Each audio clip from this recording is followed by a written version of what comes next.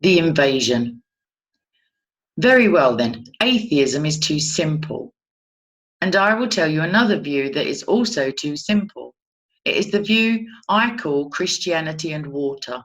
The view which simply says there is a good God in heaven and everything is all right, leaving out all the difficult and terrible doctrines about sin and hell and the devil and the redemption. Both these are boys' philosophies. It is no good asking for a simple religion after all. Real things are not simple. They look simple, but they are not. The table I am sitting at looks simple, but ask a scientist to tell you what it is really made of, all about the atoms and how the light waves rebound from them and hit my eye and what they do to the optic nerve and what it does to my brain. And of course, you find that what we call seeing a table lands you in mysteries and complications which you can hardly get to the end of. A child saying a child's prayer looks simple, and if you are content to stop there, well and good. But if you are not, and the modern world usually is not, if you want to go on and ask what is really happening, then you must be prepared for something difficult. If we ask for something more than simplicity, it is silly then to complain that the something more is not simple. Very often, however, this silly procedure is adopted by people who are not silly, but who consciously or unconsciously want to destroy Christianity. Such people put up a version of Christianity suitable for a child of 6 and make that the object of their attack. When you try to explain the Christian doctrine as it really is held by an instructed adult, they then complain that you are making their heads turn round and that it is all too complicated, and that if there really were a God, they are sure he would have made religion simple because simplicity is so beautiful, etc., etc. You must be on your guard against these people, for they will change their ground every minute and only waste your time. Notice too, their idea of God, making religion simple, as if religion was something God invented and not his statement to us of certain quite unalterable facts about his own nature. Besides being complicated, reality, in my experience, is usually odd. It is not neat, not obvious, not what one would expect. For instance, when you have grasped that the Earth and the other planets all go around the Sun, you would naturally expect that all the planets were made to match, all at equal distances from each other, say, or distances that regularly increased, or all the same size, or else getting bigger or smaller as you go farther from the Sun. In fact, you find no rhyme or reason that we can see about either the sizes or the distances. And some of them have one moon, one has 4, one has 2, some have none, and one has a ring. Reality, in fact, is usually something you could not have guessed. That is one of the reasons I believe Christianity. It is a religion you could not have guessed. If it offered us just the kind of universe we had always expected, I should feel we were making it up. But in fact, it is not the sort of thing anyone would have made up. It has just that queer twist about it that real things have. So let us leave behind all these boys' philosophies, these over-simple answers. The problem is not simple, and the answer is not going to be simple either. What is the problem? A universe that contains much that is obviously bad and apparently meaningless, but containing creatures like ourselves who know that it is bad and meaningless. There are only 2 views that face all the facts. One is the Christian view, that this is a good world that has gone wrong, but still retains the memory of what it ought to have been. The other is the view called dualism. Dualism means the belief that there are 2 equal and independent powers at the back of everything, one of them good and the other bad, and that this universe is the battlefield in which they fight, an endless war. I personally think that next to Christianity, dualism is the manifest and most sensible creed on the market, but it has a catch in it. The two powers, or spirits, or gods, the good one and the bad one, are supposed to be quite independent. They both existed from all eternity.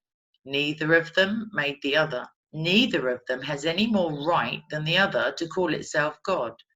Each presumably thinks it is good and thinks the other bad. One of them likes hatred and cruelty, the other likes love and mercy, and each backs its own view. Now, what do we mean when we call one of them the good power and the other the bad power?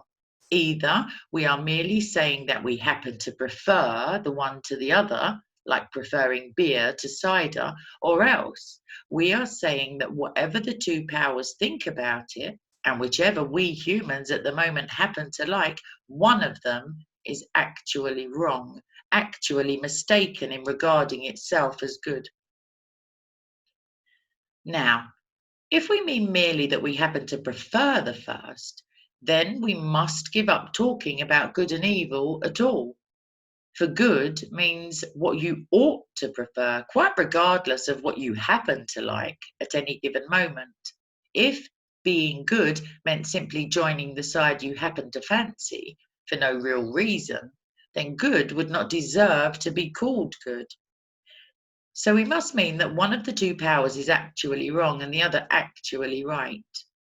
But the moment you say that, you are putting into the universe a third thing in addition to the two powers, some law or standard or rule of good which one of the powers conforms to and the other fails to conform to. But since the two powers are judged by this standard, then this standard, or the being who made this standard, is farther back and higher up than either of them, and he will be the real God. In fact, what we meant by calling them good and bad turns out to be that one of them is in a right relation to the real ultimate God, and the other in a wrong relation to him. The same point can be made in a different way. If dualism is true, then the bad power must be a being who likes badness for its own sake, just because it is bad. The nearest we can get to it is in cruelty, but in real life, people are cruel for one of two reasons. Either because they are sadists, that is, because they have a sexual perversion, which makes cruelty a cause of sensual pleasure to them, or else for the sake of something they are going to get out of it, money or power or safety. But pleasure, money, power, and safety are all, as far as they go, good things. The badness consists in pursuing them by the wrong method, or in the wrong way, or too much. I do not mean, of course, that the people who do this are not desperately wicked. I do mean that wickedness, when you examine it, turns out to be the pursuit of some good in the wrong way. You can be good for the mere sake of goodness. You cannot be bad for the mere sake of badness. You can do a kind action when you are not feeling kind and when it gives you no pleasure simply because kindness is right. But no one ever did a cruel action simply because cruelty is wrong, only because cruelty was pleasant or useful to him. In other words, badness cannot succeed even in being bad in the same way in which goodness is good. Goodness is, so to speak, itself. Badness is only spoiled goodness. And there must be something good first before it can be spoiled. We call sadism a sexual perversion, but you must first have the idea of a normal sexuality before you can talk of it being perverted. And you can see which is the perversion because you can explain the perverted from the normal and cannot explain the normal from the perverted. It follows that this bad power, who is supposed to be on an equal footing with the good power and to love badness in the same way as the good power loves goodness, is a mere bogey. In order to be bad, he must have good things to want and then to pursue in the wrong way. He must have impulses which were originally good in order to be able to pervert them. But if he is bad, He cannot supply himself either with good things to desire or with good impulses to pervert. He must be getting both from the good power, and if so, then he is not independent. He is part of the good power's world. He was made either by the good power or by some power above them both. Put it more simply still, to be bad, he must exist and have intelligence and will, but existence, intelligence, and will are in themselves good. Therefore, he must be getting them from the good power. Even to be bad, he must borrow or steal from his opponent. And do you now begin to see why Christianity has always said that the devil is a fallen angel? That is not a mere story for children. It is a real recognition of the fact that evil is a parasite, not an original thing. The powers which enable evil to carry on are powers given it by goodness. All the things which enable a bad man to be effectively bad are in themselves good things: resolution, cleverness, good looks, existence itself. That is why dualism, in a strict sense, will not work. But I freely admit that real Christianity, as distinct from Christianity and water, go much nearer to dualism than people think. One of the things that surprised me when I first read the New Testament seriously was that it talked so much about a dark power in the universe, a mighty evil spirit who was held to be the power behind death and disease and sin. The difference is that Christianity thinks this dark power was created by God and was good when he was created and went wrong.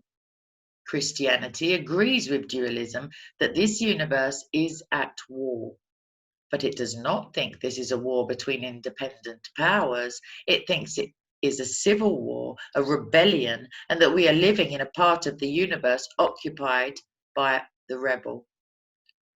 Enemy occupied territory. That is what this world is. Christianity is the story of how the rightful king has landed. You might say landed in disguise, and is calling us all to take part in a great campaign of sabotage. When you go to church, you are really listening in to the secret wireless from our friends. That is why the enemy is so anxious to prevent us from going. He does it by playing on our conceit and laziness, intellectual snobbery. I know someone will ask me, do you really mean at this time of day to reintroduce our old friend the devil, hoofs and horns and all? Well, what the time of day has to do with it, I do not know, and I'm not particular about the hooves and the horns. But in other respects, my answer is yes, I do. I do not claim to know anything about his personal appearance. If anybody really wants to know him better, I would say to that person, don't worry. If you really want to, you will. Whether you'll like it when you do is another question.